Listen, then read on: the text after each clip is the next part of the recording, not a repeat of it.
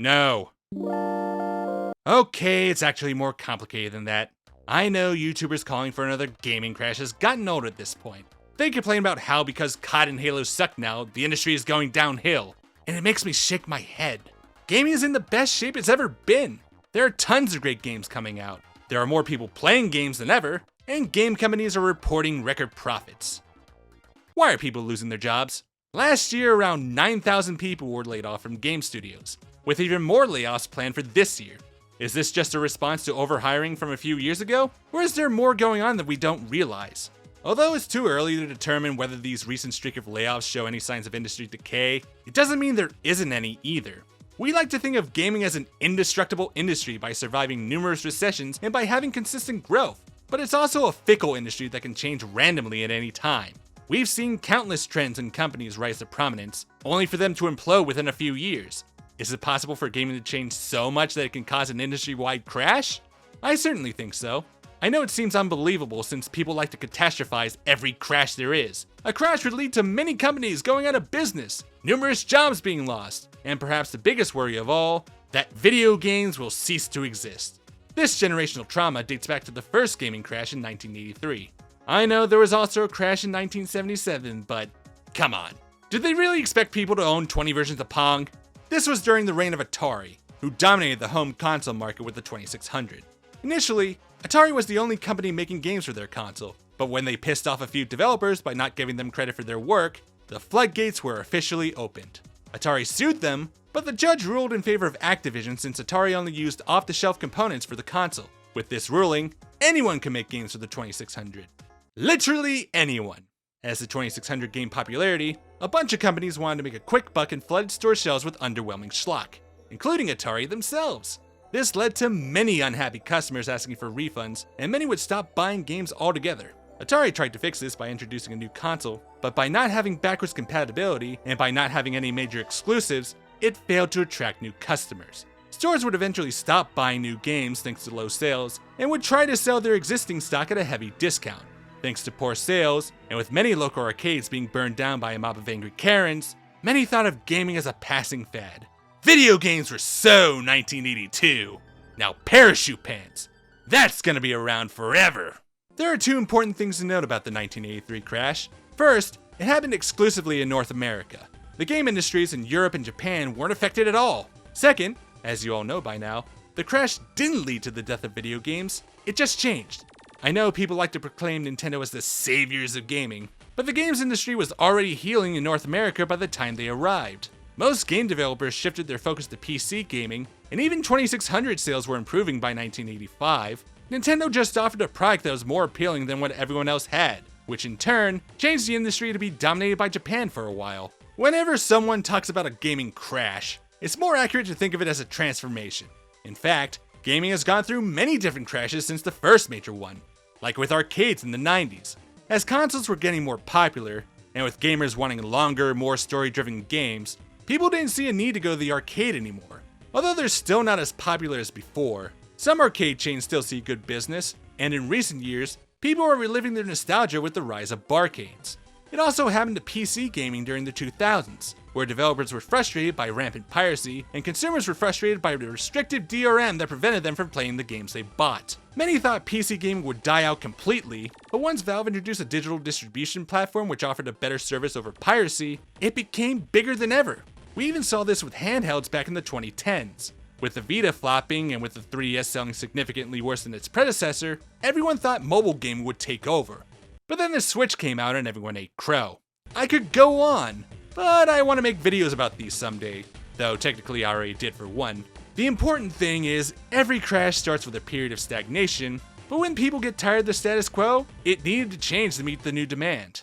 So what would a modern crash look like? It seems like you're getting a sample of it with all the jobs being lost. Like I said, it's mostly because companies overhired during the pandemic.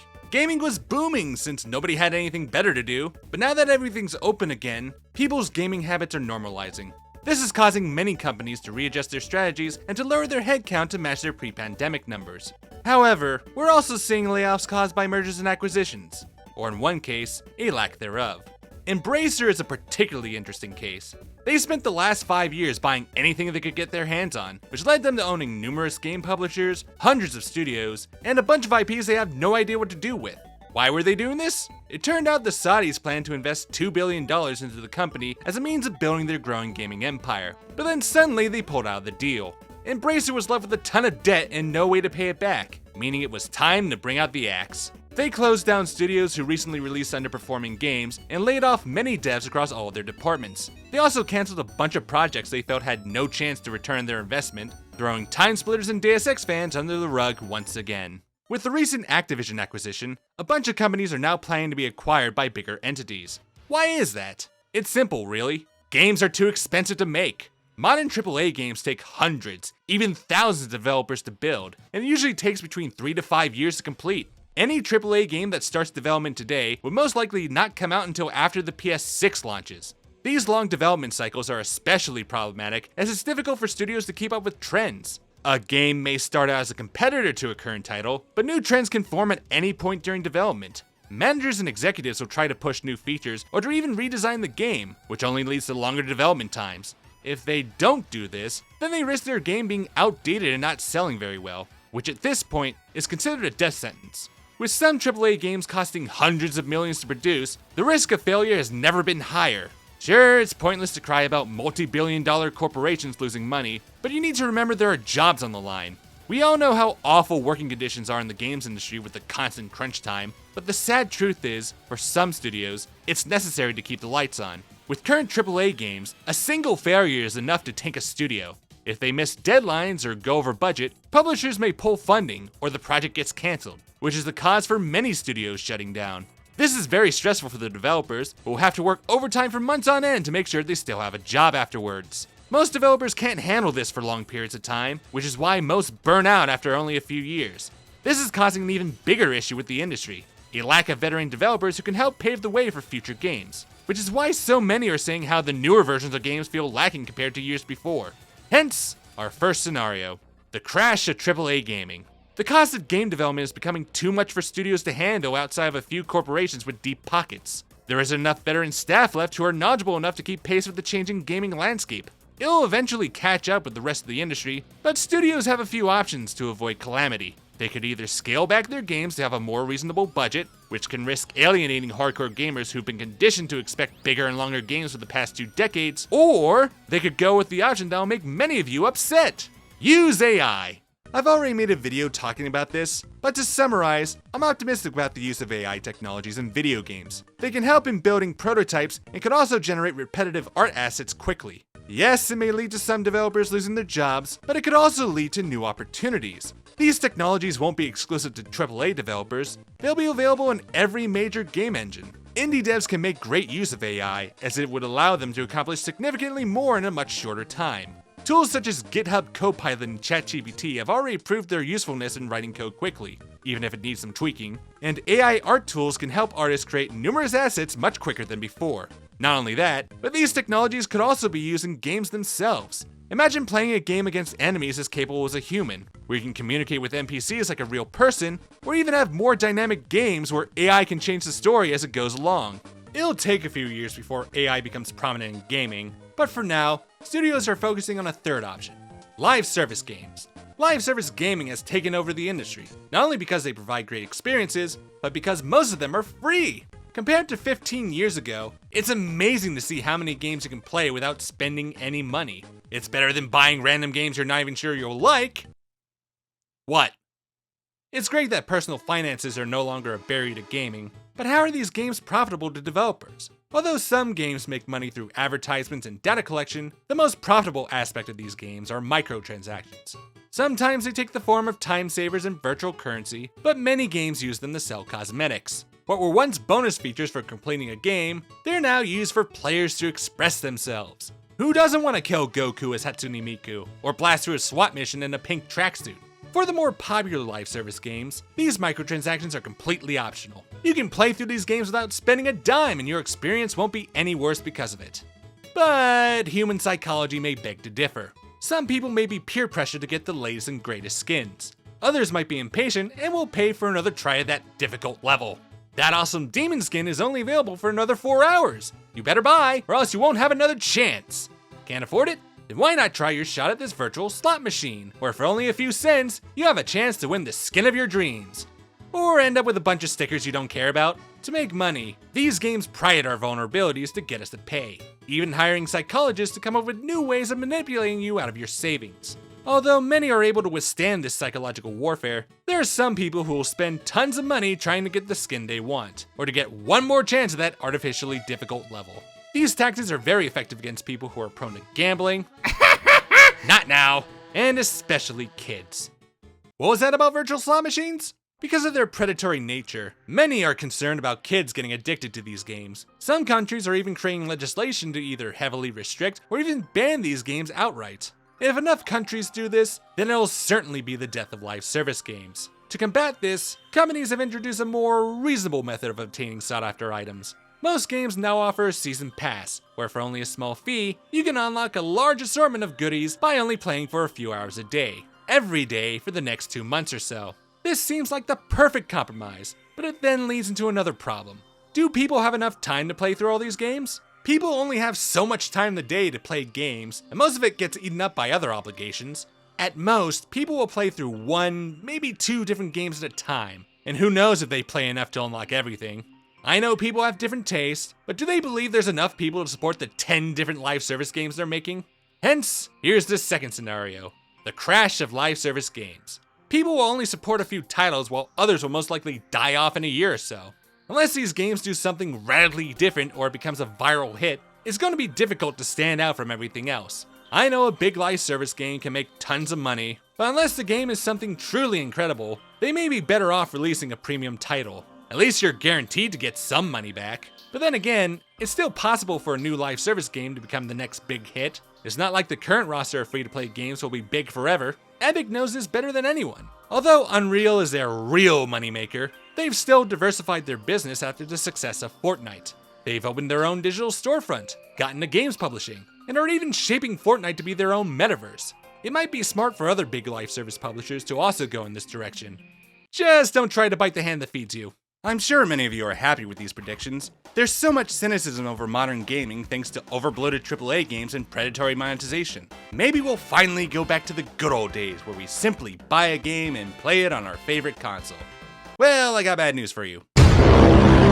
I know this is a controversial take, and I don't expect this to happen for another 10 to 20 years, but I can see a future where having a dedicated gaming box becomes a rarity. Gaming has grown significantly in the last 2 decades, but we haven't seen much of it in the console space. Nearly all gaming discourse revolves around the console war between Sony and Microsoft, but it represents a tiny fraction of the games industry, one that's starting to shrink. The Xbox brand has been in decline for the past decade, and even Sony is struggling to sell PS5s, stating how the console is already entering its twilight phase. Where did most of these new gamers go? It's mobile. They all went to mobile. In 2023, mobile gaming generated over $90 billion in revenue, nearly as much as both console and PC gaming combined.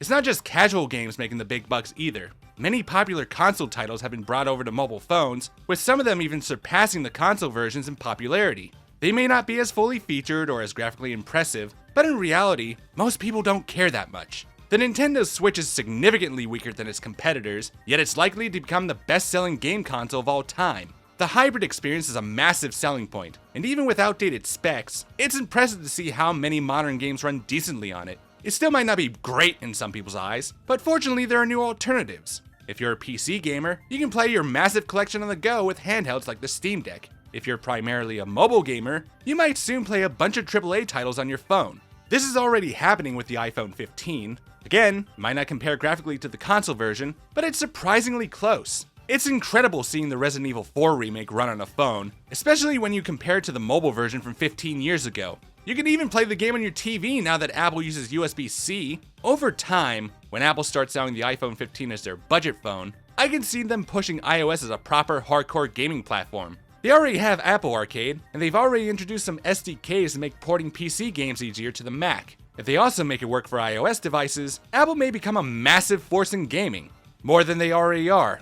But it's not like mobile devices can play every game. There will still be those technical showpieces that will need more powerful hardware to do them justice. But for how long will this remain true? Sure, there's still many graphically impressive games coming out, but looking closer, it's not a significant jump compared to the previous generation. In fact, most games are still releasing on older consoles, and for the most part, they look very similar to their current-gen counterparts. Some of these games may be limited from needing to run on lower-end hardware, but why are developers still supporting the PS4 and Xbox One this far into the current generation? Maybe it's because current-gen hardware is still too expensive for most people. Have you noticed we're in the 4th year of the generation and there still hasn't been a single price drop for these consoles? Hell, the PS5 got a slight price increase with the new revision. Some might call it greed, but Sony and Microsoft are already selling their hardware at a loss. It's not just consoles either. All hardware is jumping in price, and unfortunately I don't see it improving anytime soon with the death of Moore's Law. For those who don't know, Moore's Law is a theory where the number of transistors on computer chips will double every 2 years while remaining at a constant price. The problem is, we're reaching the physical limits on how many transistors we can fit on silicon chips before they melt from the heat. This doesn't mean hardware will stop getting more powerful, since we can either create bigger chips or create 3D chips using multiple silicon layers. However, the extra material needed to build these chips means more powerful hardware will get more expensive moving forward. We're already seeing this with GPU and CPU prices. With my Steam Machine video, the biggest complaint was how I considered a $1,500 PC as mid-range. Sure, if I cut back on memory or used older hardware, I might have saved around $200, but it's still a hefty asking price for most people. If you look at AMD's current line of cards, the 700 line is their mid-range offering. The 7700 XT has an MSRP of $450, which is more than double what their mid-range cards cost 10 years ago. Nvidia's equivalent card is the 60 series, which is their most popular GPU line according to Steam. Although the 4060 has a cheaper starting price of $300, if you want to play modern games, you'll want to spend at least $400 for a card with more VRAM. A decade ago, you could get a GTX 960 for half the price. Hell, I remember upgrading my GPU in my first custom rig to the GTX 580, the flagship at the time. And the card costs the same as a 4060 Ti costs now. You can talk about inflation all you want, but as long as wages remain stagnant, this is a problem for most people. We're about to see a new Nintendo console reach the $400 mark, and we're about to see another PlayStation cost $599 US. Do you think people can keep up with these prices? Because of this, I can see handhelds and mobile phones become the preferred gaming devices for most people. The Nintendo Switch, Steam Deck, and now the iPhone 15 offer a decent AAA experience at home and on the go. They might cost the same or perhaps a little more expensive than a console, but you can argue they're more valuable due to their hybrid format, or by offering more features as in the case of a handheld PC or phone. But still, some people want to experience games in the best way possible. It'll require expensive hardware to do it, but there's an alternative for those that can't afford it: cloud gaming. I know cloud gaming has a bad reputation thanks to the failure of Stadia, but it's actually getting more popular. Both Game Pass and GeForce Now have millions of users and offer a streaming experience that's nearly as good as playing games locally. It still requires a decent internet connection for it to work properly, but with fiber and 5G becoming more accessible, it might not be an issue for most people. I know some of you will rant about input lag and video compression, but based on my experience, it's not that much of a problem anymore. Though bandwidth caps will still be a problem going forward. If you have the means to run a game locally, it'll always be preferable to streaming it, but what if we start seeing games that can't run locally? I think back to the original reveal of Stadia in GDC 2019. Google gave the whole spiel about how Stadia is more powerful than consoles and how easy it was to transition between devices, but I was more interested in what MatPat had to say. I'm looking forward to tremendously all the new possibilities of gameplay that Stadia opens up and that can be built only for Stadia. 1,000-player battle royale matches, incredible new graphical possibilities, and of course, all of this is available across any screen. But now with State Share, you can actually take this to the next level by letting the people who are just watching you replicate the exact same scenario you just played through in-game. Of course, none of this ever happened, as Google dropped Stadia faster than you can say killed by Google, but it does show the true potential of cloud gaming. If another company takes a crack at it, we might see something that'll make people reconsider the future of cloud gaming. Current AAA games are already ambitious with huge worlds, lifelike graphics, and intricate stories, but what could we make with near infinite hardware resources? We may start seeing games with maps the size of countries, planets, or even entire galaxies. These worlds will be filled with tons of plants, animals, and characters, all with their own thoughts and personalities thanks to advanced AI. We'll see games with realistic water physics, fire physics, sun rays, weather patterns, and we may even kick up the dirt as we walk around. These games will be filled with thousands, even millions of players at once, all interacting with so many gameplay mechanics we can't keep track of it all. What hardware does it take to run a game like this? Is it even possible to run this type of game on local hardware? It will require tons of processing power, multiple GPUs, and petabytes of hard drive space. Things that only a server can provide. This may sound far-fetched. Current game dev environments would make such a project impossible, but with the help of AI tools, we may see this super game exist within the next few years. If this streaming game ends up being one of the greatest games ever made, even the most avid physical gamers will rest on their laurels to play it. Once people get used to streaming their games, maybe they'll be open to stream all their games moving forward. It's a publisher's wet dream! It may have been too early for cloud gaming when Stadia released, but it may become more popular with time. Microsoft and Sony are already focusing on cloud gaming, and even telecom companies like Verizon are joining in, most likely to offer a cloud gaming service that doesn't count towards a bandwidth limit. If hardware prices become unsustainable, it may be the only way for some people to play high-end games. This doesn't mean local gaming will go away completely. As long as there are places without internet, there will be a need to run games on local hardware. There will still be a subset of people willing to pay tons of money for a powerful gaming PC, but I can see that number shrinking with time. Most people will be satisfied with playing games on cheaper handheld devices or by streaming games on the internet, which is where I see gaming going in the near future. I know many of you are upset about some of these predictions, but keep in mind you should take them with a grain of salt. Fun fact, I can be wrong! In fact, most people who try to predict the future are wrong. I'm basing these predictions on the state of the industry as of February 2024, and I had to do a ton of rewrites because of everything that happened this month. A lot can happen in the next 20 years that can significantly alter the course of gaming. Maybe we'll find an alternative material to build computer chips with. Maybe people will get tired of being scanned by microtransactions and stop buying them. Maybe people realize having everything being always online is a bad idea and physical games make a comeback. Maybe VR will finally become mainstream. Or better yet, maybe we'll finally be able to connect our brains to a computer, Matrix style. Or perhaps Isaac Newton is right and the world ends in 2060. Regardless of what happens, I can guarantee at least one thing to be true. Video games aren't going anywhere. For as long as people have access to electricity, they will want to run virtual simulations on a computer. Video games are now an institution of our mainstream culture, and I don't see any future events changing that. It may take a different form, but in the end, as long as people come up with new and innovative ideas, I'll continue to play. And I'm sure many of you will feel the same. But if the worst case scenario does happen, I'll make it my mission to bring back Crazy Bones.